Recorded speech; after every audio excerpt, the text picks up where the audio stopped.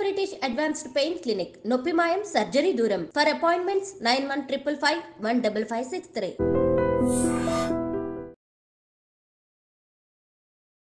నమస్కారం, welcome to I dream. ధర్మ మార్గం విత్ విజిత కార్యక్రమానికి స్వాగతం.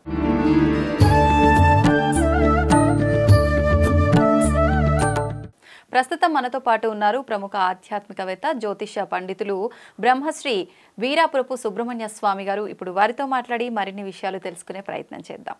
నమస్కారం గురుగారు. శుభాశీస్సులండి. గురుగారు, మంచి మనుషులతో మనం సహవాసం చేసినప్పుడు కానీ, వాళ్ళ చుట్టుపక్కల మనం తిరుగుతున్నప్పుడు కానీ మనకు అలాంటి ప్రభావమే పడుతుంది. మనం కూడా మంచి పోకడలో వెళ్తుంటాం అంటుంటాం. అదేవిధంగా చెడు వాళ్ళతో సహవాసం చేసిన, చెడు వాళ్ళు ఉండే ప్రాంతంలో మనం ఉన్న ఆ వ్యసనాలు వాళ్ళకుండే అవన్నీ కూడా ప్రభావం మనని ప్రభావితం చేసి మనం కూడా అదే పోకడలో వెళ్ళే విధానాన్ని ఆచరిస్తుంటామని చెప్పి పెద్దవాళ్ళు చెప్తూ ఉంటారు. నిజంగా ఈ మంచి చెడు, మంచి వాళ్ళతో సాహసం చేస్తే మంచి, చెడు వాళ్ళతో చేస్తే చెడు, ఇదంతా నమ్మొచ్చు అంటారా? ప్రతి ఒక్కరికి కూడా మన ఆలోచన విధానం అనేది కరెక్ట్గా ఉంటే, మన పక్కన చెడు వాళ్ళు ఉంటే ఏంటి, మంచి వాళ్ళు ఉంటే ఏంటి, నా ఆలోచన కరెక్ట్గానే ఉంది, సరైన పద్ధతిలో ఉంది, నేను కరెక్ట్గా వెళ్తున్నా, అది కదా ఆలోచించాలి. ఎందుకు పక్కనున్న వాళ్ళు ఎందుకు మనల్ని ప్రభావితం చేయాలి, మనం ఎందుకు వాళ్ళ ప్రభావితం చేస్తే మనం దానికి ఎఫెక్ట్ అవ్వాలి? ఈ విధానాన్ని అంతా కూడా అసలు నిజంగా నమ్మొచ్చు అంటారా? ఇది ఒక మూఢనమ్మకంగా భావించవచ్చు అంటారా? లేదు, 100% కరెక్ట్. చెప్పింది నిజమే. ఎలా కరెక్ట్ అంటారు? వాస్తవంగా ఈ ప్రపంచంలో ఏదైనా ఒక ఇష్యూ జరుగుతుంది అంటే దానికి అక్కడ ఉన్నటువంటి మంచి చెడులను బట్టే ఆ కథ, ఆ స్టోరీ అంతా కూడా జరిగిపోతూ ఉంటుంది. తర్వాత రాను రాను అది చరిత్రలో కథలు, స్టోరీలు, జరిగిపోయిన దాన్ని పురాణం, కథ, ఇతిహాసం, స్టోరీ, అనేక రకాలు. మాట ఏదైనా కూడా, పదాలు ఏవైనా కూడా, ప్రపంచమంతా వర్షం కురిచినా, ఆ నీరు పైనుంచి కాలువలుగా పారిపోయినా, లేదా భూగర్భం నుంచి రాతి కీట్లలో నుంచి పారిపోయినా అవన్నీ కలిసిపోయి సముద్రంలోనే చేరేది. అలాగే మనం ఎన్ని చెప్పినా మన చుట్టూ ఉన్నటువంటి ఒక నడవడికే మంచి చెడులను తెలియచేస్తుంది. మన చుట్టూ ఉన్నటువంటి విధానమే నడవడికలను తెలియచేస్తుంది. దీంట్లో ఎగ్జాంపుల్గా మనము పూల వనం పక్కన ఉన్నామనుకోండి, లేదంటే పూలు అమ్మే చోట ఉన్నామనుకోండి, పూల తోట పక్కన ఉన్నామనుకోండి, మన చుట్టూ పూలు ఉన్నాయనుకోండి, ఆ పూల నుంచి వాసన పరిమళిస్తూ ఉంటుంది. ఆ వాసన మనకు ఆరోగ్యాన్ని ఇస్తుంది, ఆయుష్ను కూడా పెంపొంద చేస్తుంది. ఇదే కాకుండా మనము గాలిలో తేలిపోయినట్టు డ్రీమ్లోకి వెళ్ళిపోతాం.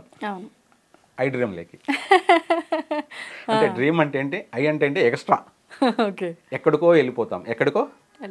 అంటే ఆలోచన, మనసు తేలికగా, ప్రశాంతంగా, ఊహల్లో, ప్రపంచపు అంచుల్లోనూ అన్నట్టు, పైన మనం ఫ్లైట్లో వెళ్తుంటే ఎలా ఉంటుందో అంతకంటే ఇంకా ఎక్కువగా ఏదో తెలియనటువంటి ఒక పాజిటివ్ ఎనర్జీ. మన ఊహలు, మన డ్రీమ్స్ అనేది అలా అలా తీసుకెళ్ళిపోతూ ఉంటాయి. ఆ పూల వాసన అనేది మనకు తెలివి, జ్ఞానాన్ని పెంపొంద చేస్తూ ఆనందాన్ని పొందేలాగా, సంతోషంతో నిండినటువంటి జీవితాన్ని గడిపేలాగా, ఆనందము, సంతోషము అనే ఒక పాజిటివ్ గాలి మనకు వస్తుంది. మనిషికి అనేక వాటిపైన కోరికలు కలుగుతాయి. అనేక కోరికలు అంటే ఒంటరిగా ఉన్నాడు అనుకో, పూల పక్కన తోడు కావాలనే ఆలోచన కలుగుతుంది. అలాగే ప్రతి విషయంలో కూడా మంచి ఆలోచనలు పెంపొంద చేస్తుంది. అదే డ్రైనేజీ పక్కన ఉన్నామనుకోండి, ఆ డ్రైనేజీ నుంచి వచ్చే వాసన ఎలా ఉంటుంది? దుర్వాసన. మనము ఆ వాసనను భరించలేము, దాన్ని మనం పీల్చడానికి కూడా ఒప్పుకోము. ఎందుకంటే ఆ పీల్చే అటువంటి గాలి నుంచి సూక్ష్మ క్రిములు వచ్చేస్తాయి. ఆ గాలిలో మనకు కనిపించినటువంటి క్రిములు, ఆ వాసనను మనం చాలాసేపు మనం ఆ గాలిని పీల్చామంటే తద్వారా అనారోగ్యాలు సంభవిస్తాయి. ఆయుష్ కూడా క్షీణిస్తుంది. ఇవే కాకుండా మన మైండ్ వచ్చేసి నెగిటివ్ ఆలోచనలకి, చెడు ఆలోచనలకి ప్రేరేపణ చేసే అవకాశం ఉంటుంది. ఇదే కాదనుకుంటే మనిషికి జీవితం పైన విరక్తి చెందేలా ఉంటుంది. అది నెగిటివే. మనిషికి జీవితం పైన విరక్తి అంటే ఎందుకు ఈ బ్రతుకు అన్న ఆలోచన కూడా నెగిటివే. ఎందుకంటే దానికి జీవం లేదు, అంటే దానికి ఇంకా కోరిక లేదు. కాబట్టి అనేక అనర్థాలకు దారితీస్తుంది. ఇక్కడ చెడ్డవాడు, మంచివాడు. మంచివాడు మనకు తోడుగా ఉన్నాడనుకో, వాడి జీవితంలో మంచి చెడులు, తెలిసి తెలియని విషయాలు, ఏది చెయ్యాలి ఏది చేయకూడదు, మంచి ఏది చెడు ఏది, మనం మాట్లాడే మాట కూడా, మన మాట తీరును కూడా అలా మాట్లాడకూడదు, ఇలా మాట్లాడాలి అని ప్రతి విషయంలో కూడా మనకు ఒక కరెక్షన్ చేసుకుంటూ మన జీవితానికి నేర్పిస్తూ, ఎలా మాట్లాడాలో ఎలా మాట్లాడకూడదో కూడా తెలియచేస్తూ, ఎలా నడుచుకోవాలో ఎలా నడవకూడదో అని కూడా మనకు తెలియచేస్తూ, మనకు ఒక దిక్చూచి, ఈ సూర్యుడు ఉదయించి తూర్పున పడవన్న ఎలాగా అస్తమిస్తున్నాడు అలా ఒక దిక్చూచి, మంచివాడు ఉంటే అన్ని మంచి మార్గాలకే దారితీస్తుంది. జీవితాంతం కూడాను అది ఒక ప్రేమ అనే బంధంలో ఒకరికి ఒకరు తోడు నీడగా, ఎటువంటి చెడు ఆలోచనలు చెడు పనులకి అవకాశం ఇవ్వకుండా, తావివ్వకుండా, అలాగే ప్రతి రంగంలోనూ వాళ్ళ చక్కగా వాళ్ళు దేశానికి ఆదర్శంగా, ఆ గ్రామానికి కానీ నగరానికి కానీ దేశానికి కూడా వాళ్ళు ఆదర్శంగా నిలబడతారు. అటువంటి వాళ్ళని గురువులు అయితే గురువులుగాను, లేదంటే వాళ్ళని దేవుళ్ళుగా కూడా పరిగణలోకి తీసుకునే అంతటి వాళ్ళ నడవడిక ఉంటుంది.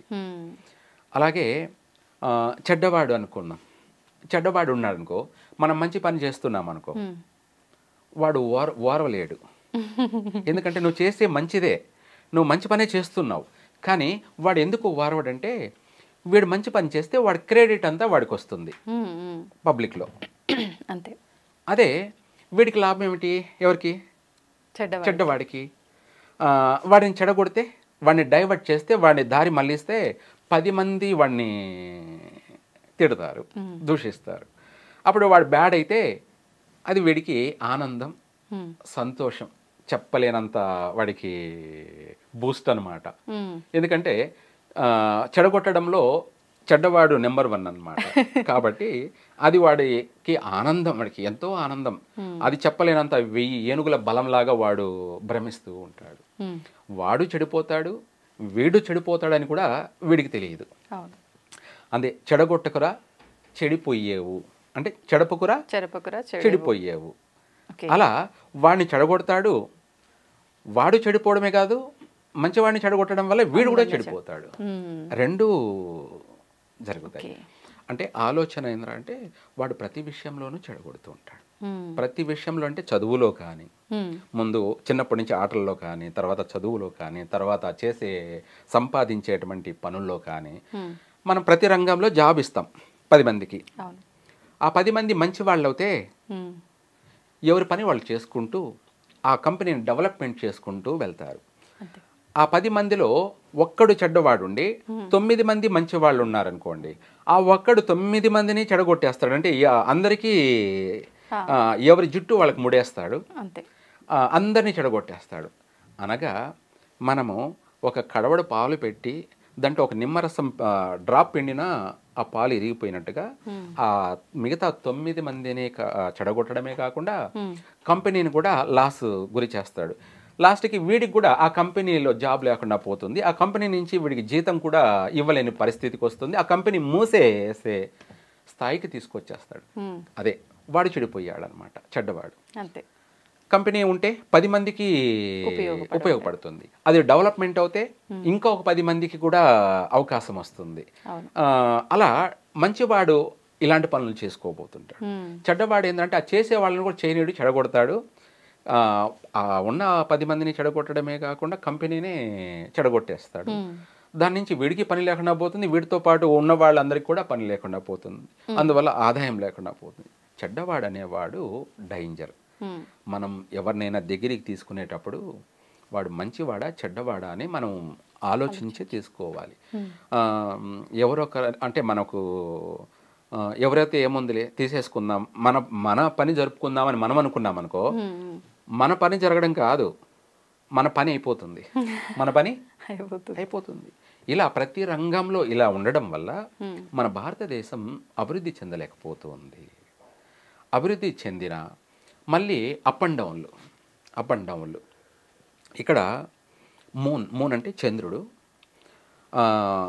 శుద్ధపక్షము శుక్లపక్షము అంటారు. చంద్రుడు ఎలా దినదినము పౌర్ణమి వరకు అభివృద్ధి చెందుతున్నాడో అలా ప్రతి రంగంలోనూ ప్రతి విషయంలోనూ ప్రతిదీ అలా డెవలప్మెంట్ జరుగుతూనే వెళ్ళాలి. అలా డెవలప్మెంట్ జరుగుతూ వెళ్తూ ఉంటుందో పౌర్ణమి రోజు అనేది ప్రపంచానికంతా ఓ వెలుగు, వాళ్ళ కంపెనీకి వాళ్ళ ఇంటికి పండగలాగా. ఒక కంపెనీని 10 కంపెనీలుగా అభివృద్ధి చేసే అటువంటి అభివృద్ధి చెందుతుంది. ఈ చెడ్డవాడు ఉంటే ఏమవుతుంది, చీకటి అయిపోతుంది, ఏమవుతుంది, శూన్యం అయిపోతుంది.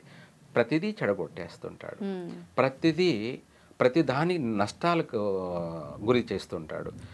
ఒక్క విషయంలోనే కాదు, ప్రతి విషయంలో కూడా అంతే. ఇది ఈ విషయమో అని చెప్పడానికి లేదు. వాడి వల్ల బాగుపడేది ఏం ఉండదు, అంతా అనర్థమే. ప్రపంచాన్నంతా కూడా నాశనం చేసే అవకాశం కూడా ఉంటుంది. అంటే అటువంటి వాళ్ళే యుద్ధాలను సృష్టించే స్థాయికి పోతుంది, యుద్ధాలని సృష్టించే స్థాయికి వెళ్ళిపోయేసి ప్రపంచాన్ని నాశనం చేసేస్తుంది. కాబట్టి చెడ్డ వాళ్ళని మనము దగ్గరికి కాదు కదా, దూరంగా పెడితే, ఎంత దూరం పెడితే అంత మంచిది. వాళ్ళ గాలి సోకినా కూడా మైలే. ఇక్కడ మనిషి ప్రపంచంలో ఉన్నటువంటి మనుషులంతా ఒకటే, ఆత్మ పరమాత్మ అందరూ మనుషులంతా ఒకటే, మనిషే. కానీ వాళ్ళ యొక్క నడవడిక, వాళ్ళ ప్రవర్తనను బట్టి వాళ్ళు మంచి ఆలోచన చేస్తూ మంచి 10 మందికి ఉపయోగపడే చేసేవాళ్లే మంచి రిచ్ పర్సన్స్. 10 మందికి నష్టం కలగ చేసేవాళ్ళు ఏమంటారు, చండాలరు అంటారు. అంటే అంతా నాశనం చేస్తుంటారు. కాబట్టి అందుకనేసి ప్రతి విషయంలో మంచి చెడు అనేది ఉండనే ఉంటుంది. ప్రపంచం అంతా అభివృద్ధి చెందాలంటే మన ఆలోచన బట్టే ప్రపంచం అభివృద్ధి చెందుతుంది. మనం అభివృద్ధి చెందుతాం, మన చుట్టుపక్కల వాళ్ళందరూ అభివృద్ధి చెందుతారు, ప్రపంచం అంతా అభివృద్ధి చెందుతూనే వెళ్తూ ఉంటుంది. అదే మంచి చెడులు నెగటివ్. ఇందాక ఇక్కడ మనిషి యొక్క ఆలోచన, మనిషి యొక్క తీరు, మనిషి యొక్క నడవడిక, ప్రవర్తనను బట్టి ప్రపంచం అంతా కూడా డెవలప్మెంట్ అనేది జరుగుతూ ఉంటుంది. వాళ్ళ ఆలోచన అన్ని ఆలోచన అయితే అది ఎక్కడ వేసిన గొంగడి అక్కడే ఉంటుంది, అది డెవలప్మెంట్ కాదు. అలా అనేసి డౌన్ అయిపోదు, అలాగే ఉంటుంది. ఇంకా ఎక్కువ మాట్లాడితే అది డౌనే అయిపోతుంది, గ్రౌండ్లోకి వెళ్ళిపోతుంది. ఇలా మనిషి మన చుట్టుపక్కల ఉన్నటువంటి వాతావరణమే మన యొక్క అభివృద్ధి. ధన్యవాదాలండి. అంటే అందరికీ కాదు, ఆ జాతకులకి మాత్రమే. ఏ జాతకులు? ఆ జాతకులు అనే చెప్పేదానికన్నా చంద్ర కళలు అంటారు. చంద్ర కళలు, చంద్రుడు వచ్చేసి లగ్నంలో ఉన్న, లేదు మిథున లగ్నమై లేదా కన్యా లగ్నమై ఆ లగ్నంలో చంద్రుడున్నా, లేదు లగ్నం మిథున లగ్నం లేదా మేష లగ్నం లేదా మిథున లగ్నం కన్యా లగ్నం, ఈ లగ్నాలలో బుధుడు ఉండి జన్మించిన, లేదంటే గురువు ఉండి జన్మించిన, లేదా శుక్రుడిని జన్మించిన, ఆ పుట్టిన సమయం అంటారు దాన్ని, టైం. ఆ టయాన్ని బట్టి, లేదు మిథున లగ్నమై అందులో రాహు ఉన్నా, లేదు కేతు ఉన్నా కూడాను, ఇక్కడ ఏమవుతుందంటే వాళ్ళ పుట్టిన సమయాన్ని బట్టి, వాళ్ళ జన్మించిన సమయం నుంచే ఇంకా స్టార్ట్ అవుతుంది. పుట్టిన కొద్ది గంటల తర్వాత నుంచే స్టార్ట్ అయిపోతుంది. అంటే జరిగిపోయినవి గత జన్మలు. కానీ గత జన్మలు అంటే ముందు జన్మ ఏమిటి, ఎక్కడ పుట్టాము, ఏ ప్రాంతంలో పుట్టాము, అక్కడ ఏం చేసాము, మనం ఏం సాధించాము, ఏమిటి మన జీవితం జరిగిపోయింది అన్నది కూడా మొత్తం కనపడుతూ ఉంటుంది మనకి. ఆ కనిపిస్తూ వాళ్ళు భయపడము, ఉలిక్కి పడ్డము, ఏడ్చడము, అంటే అవన్నీ తలుచుకొని ఏడ్చడము, ఉలిక్కి పడ్డము, భయపడ్డము జరుగుతూ ఉంటాయి. ఆ జరుగుతున్న దాంట్లో ఆ పిల్లలు అభివృద్ధి చెందలేకపోతుంటారు.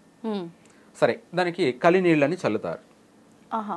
ఆ చల్లిన వాళ్ళ యొక్క ప్రభావం కూడా ఉంటుంది. పుట్టిన కలి నీళ్ళని చల్లుతారు. ఆ చల్లిన ప్రభావం అయినా కూడాను కొంతవరకు వాళ్ళు ప్రశాంతంగా ఉంటారు, కానీ అవి తరచు వస్తూ ఉంటాయి.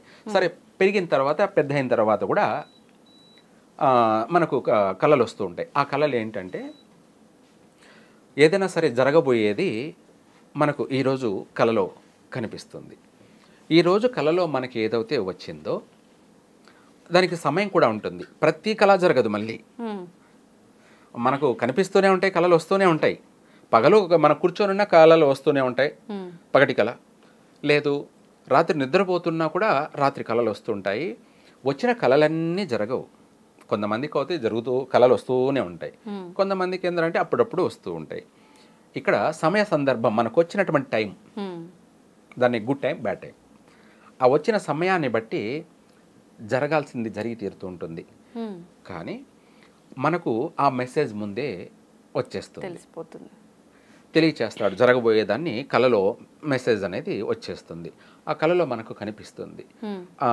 ఎట్లా కళ్ళకు కట్టినట్టే మనం డైరెక్షన్ చేసి మన సినిమా తీసినట్టుగానే మొత్తం అంతా కళలో కనిపించేస్తుంది. ఈ వచ్చిన కళే రేపు కానీ, అంటే మరుసటి రోజు నిద్రలేచాక ఆ రోజే జరగడం కానీ, లేదంటే వారానికి జరగడం కానీ, లేదా నెలకు జరగడం కానీ, లేదా సంవత్సరంలోపైనా సరే మనకు వచ్చిన కళ ఏదైతే ఉందో అది జరిగే తీరుతుంది. సమయాన్ని బట్టి ఎప్పుడు జరుగుతుంది అన్నది పక్కన పెట్టేసాయి. ఎప్పుడైనా జరగచ్చు.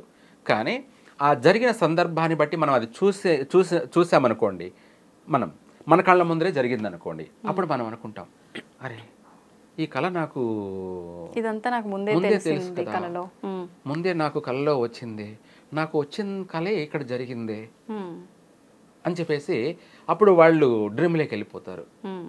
ఏమిటి ఇది, నాకు ముందే తెలిసిందే అని చెప్పేసి అందరికీ చెప్పుకుంటుంటారు.